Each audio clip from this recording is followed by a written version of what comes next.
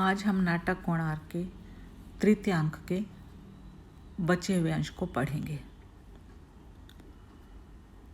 दबे पांव सौम्यश्री चुपचाप बाहर चला जाता है, मानो पिता और पुत्र के इस अनिर्वचनीय मिलन दृश्य में विघ्न न डालना चाहता हो। धर्मपद, मेरी माँ के मन में भी भीतरी कांटे की तरह आज आपकी याद गड़ी रही। विशु, जिज्ञासापूर्ण स्वर, क्या सच यह मुझसे रुष्ट रही? क्या तुमने भी उससे कहा? धर्मपद, नहीं, रुष्ट कभी नहीं रही और न मुझे कभी बताया। मैं वह सब कुछ नहीं जानता और न जानना चाहता हूँ। विशु, मुझे क्षमा कर सकोगे पुत्र? धर्मपद, आर्य, मेरी आंखों के सामने जो पर्दा पड़ा है उसे उठाइएगा नहीं। उस पर मेरी माँ की मधुर, गंभीर, दर्द भरी मूर्ति दिख रही है और वहाँ मानो सूरज की अंतिम किरणें पड़ रही है। किरणों के बीच भी माँ कैसी भली दिख पड़ती है। ये किरणें किधर से आती है आर्य, आप जानते हैं? विशु, कुछ समझते हुए, कुछ रूधे स्वर में, वे किरणें तुम्हारी माँ के तन से ही फूट रही है धर्मा, मैंने भी इन्हें देखा है। धर्मपद, कब? विशु, उठकर घूमते हुए, मंदिरों का निर्माण करते करते। कभी कभी सहसा मेरी आंखों के आगे अंधेरा छा जाता था। उस अंधेरे में न तो मैं मूर्तियाँ गढ़ सकता था और न आकार प्रकार निश्चित कर पाता था, न पत्थरों को जीवित कर सकता था। तभी तुम्हारी माँ की मनोरम और तेजस्वी मूर्ति की झलक मिलती और उन किरणों से मुझे प्रकाश मिलता। धर्मपद, ठीक यह वही किरणें, ठीक वही आलोक। आलोक यानी रोशनी, उजाला। विशु, हाँ पुत्र, और अब मानो कोणार्क के अधूरे शिखर पर मेरे अरमानों को छिन्न होता हुआ देख उसने मुझे राह दिखाने के लिए तुम्हें भेजा। धर्मपद, जाने किस अदृश्य शक्ति ने मुझे शिल्पकला सिखा दी। विशु, तुम शिल्पी विशु के पुत्र हो धर्मा। कोणार्क और किसी के स्पर्श से कैसे जग सकता था? जैसे मरुस्थल में कहीं निर्झरिणी सहसा गायब हो जाने पर भी अन्यंत्र वह निकलती है, वैसे ही मेरी भटकी हुई प्रतिभा तुम्हारे मन में विकस उठी धर्मा। सैकड़ों हजारों वर्षों तक कोणार्क के उन्नत शिखर को देखकर लोग कहेंगे कि यह विशु और उसके बेटे की कला की सर्वोत्कृष्ट कृति है। मेरे जैसा भाग्यशाली पिता आज उत्कल में और कौन है? धर्मपद, संध्या की किरणें सिमट रही है आर्य, लगता है जैसे माँ बुलाती हो। विशु, नहीं धर्मपद, हम उसे बुलाएंगे। क्या तुम्हारी माँ कल भी नहीं आएगी? कल जब कोणार्क और कलिंग के ऊपर से बादल हट जाएंगे, कल हमारे महाराज नरसिंह देव विजयी होंगे और फिर कोणार्क के प्रांगण में मेरा और तुम्हारे पिता और पुत्र का अद्वितीय अभिवादन होगा। प्रांगण यानी आंगन। धर्मपद, विजय का अभिवादन।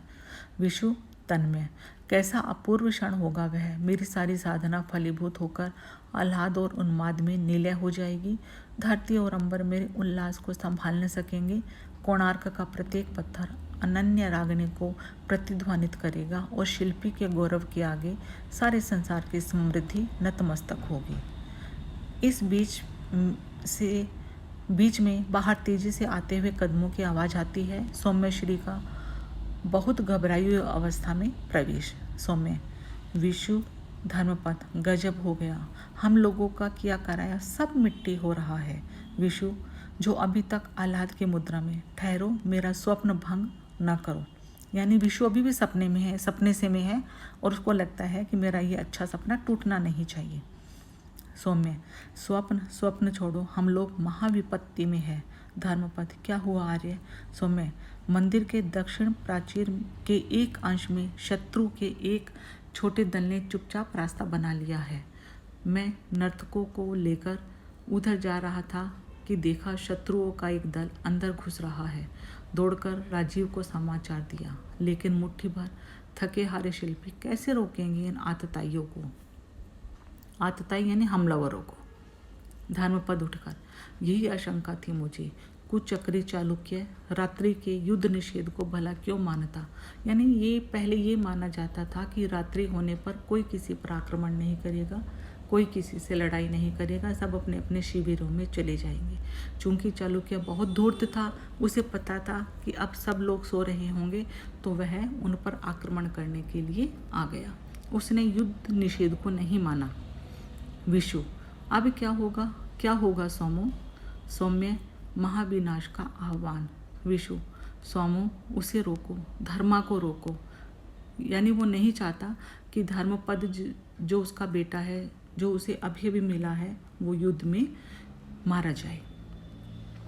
धर्मपद, मुझे रोकने की चेष्टा न कीजिए आर्य, मुझे संध्या की वे ही किरणें बुला रही है। लेकिन सुनिए, एक बार मंदिर पर अधिकार कर लेने पर चालुक्य की शक्ति को कोई नहीं रोक सकता।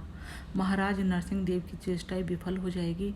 सवेरे ही चालुक्यपुरी के लिए कूच कर देगा और फिर उस अत्याचारी के आगे कोई नहीं ठहर सकेगा, कोई नहीं। कोने में रखे हुए भाले को उठाता है विशु और सोमेश्वरी की ओर पीठ। यानी धर्मपद कहता है कि यदि अब हमने चालुक्य को नहीं रोका तो वह फिर कभी भी नहीं रुक पाएगा और हम उसके गुलाम बन जाएंगे, बंदी बन जाएंगे।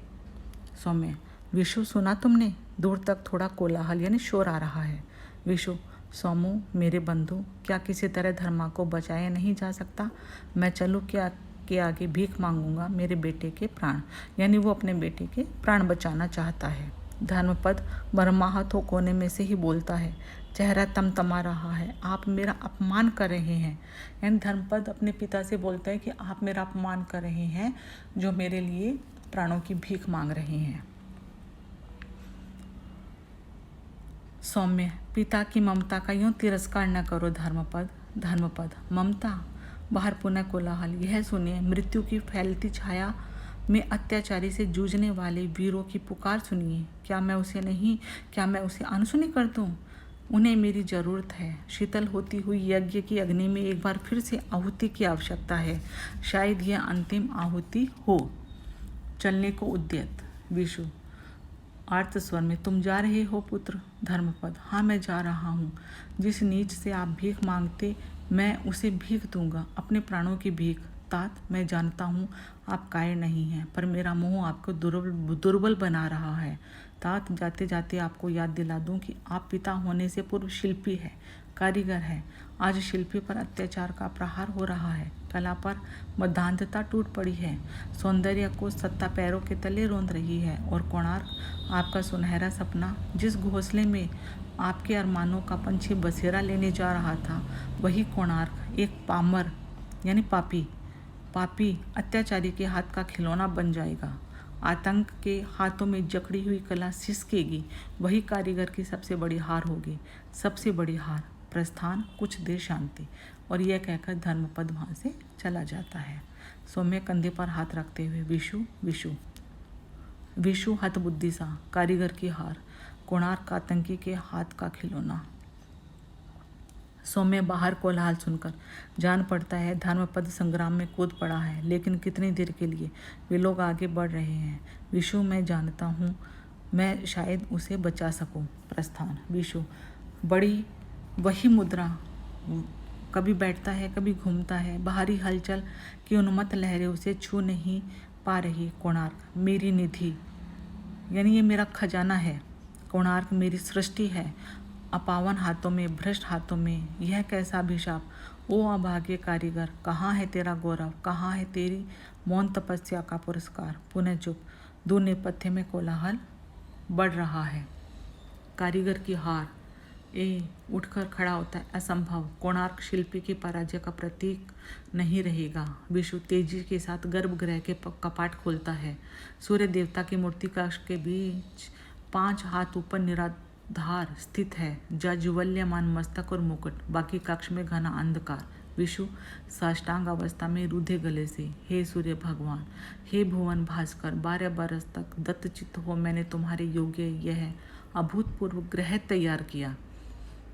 आज जब उस लगन और तपस्या के बाद तुम्हारी उपासना का अवसर आया, तो तुम्हारे शिल्पी को ठुकराने वाले उसके निर्दोष रक्त से रंगे हाथ तुम्हें अपनाने आ रहे हैं।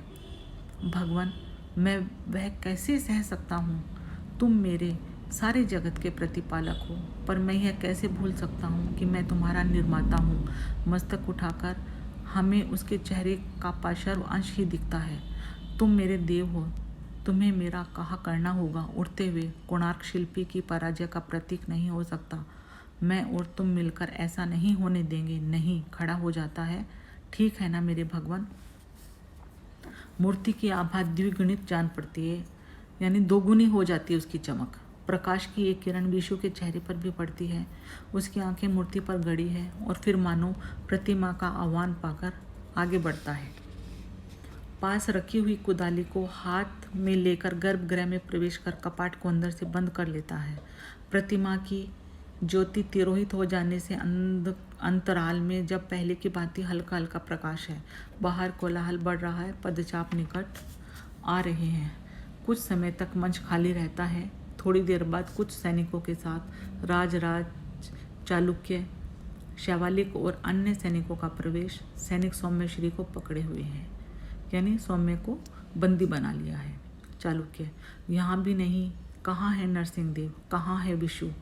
यानी वो राजा को ढूंढ रहा है ताकि उसको बंदी बनाकर या मारकर हमेशा के लिए राजा बन जाए। शैवालिक, सौम्यश्री तुम झूठ बोल रहे थे। सौम्य, नहीं तो विशु को छोड़कर गया था। देखिए वह उत्तरी है, यानी वो यहीं था, उसका उत्तरीय देखिए।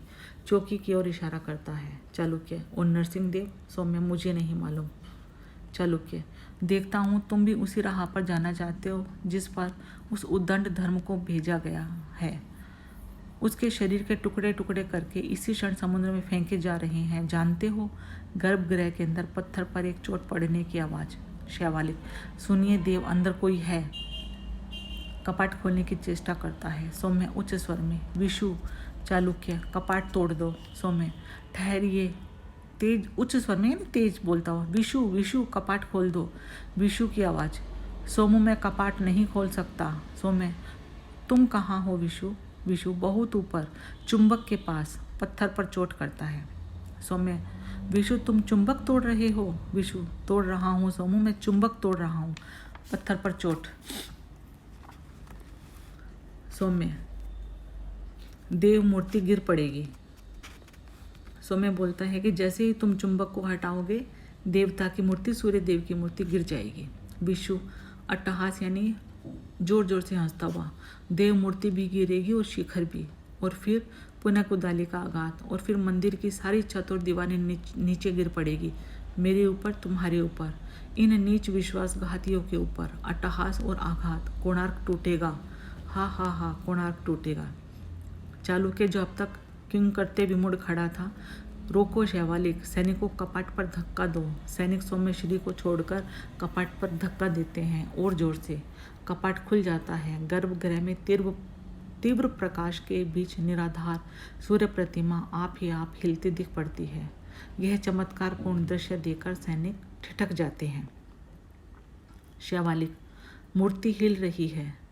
एक सैनिक, भगवान के सारे अंग हिल रहे हैं। दूसरा सैनिक, हे भगवान, हे भगवान। चालुक्य, शैवालिक को, सैनिकों डरो मत, आओ मेरे साथ, पकड़ लो मूर्ति को, पकड़ लो, पकड़ लो। विक्षिप्त सा अंदर घुस जाता है, यानी पागलों के जैसे। शैवालिक और कुछ सैनिक भी उसके साथ हो जाते हैं।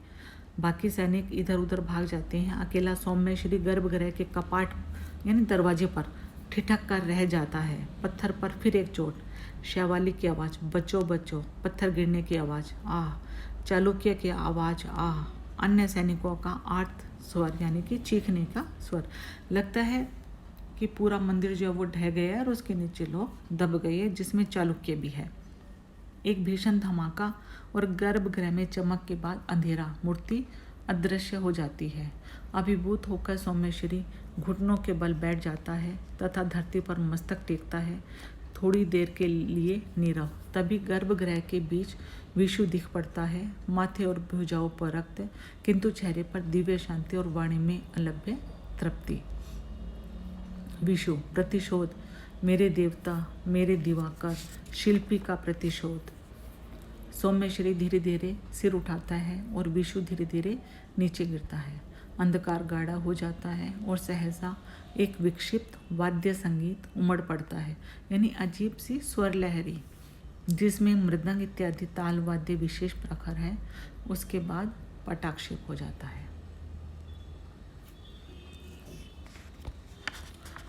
उपसंहार यानी अंत के अंदर इस नाटक का क्या निष्कर्ष निकलता है वो है, गहन अंधकार कम हो जाता है और कोणार्क के खंडर की वही झलक जो उपक्रम में दिखी थी, संगीत क्रमशः मंद हो जाता है और फिर बिगुल मौन, सूत्रधार और वाचिकाएं सामने आते हैं और प्रकाश की किरणें एक एक करके उन पर पड़ती है। सूत्रधार, यूं कोणार्क के विमान के टूटते ही अत्याचारी चालुक्य और उसके साथियों का विनाश हुआ और विशु जिस विराट कल्पना को उसने साकार बनाया उसी की गोद में उसकी मृत्युशैया मिली, यानी विशु भी मर गया।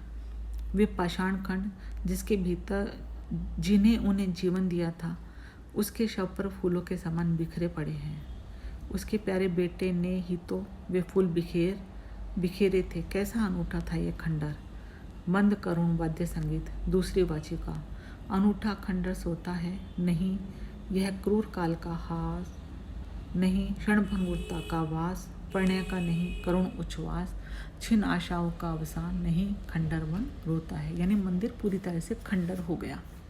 पहली वाचिका, रागिनी भग्न किंतु उद्दाम, अरे यह तो है विजयी धाम कि जिसे जागृत आठों याम, कला की ज्योत अटल विश्वास जगाए खंडर सोता है, दूर यह खंडर सोता है, मौन और प्रकाश।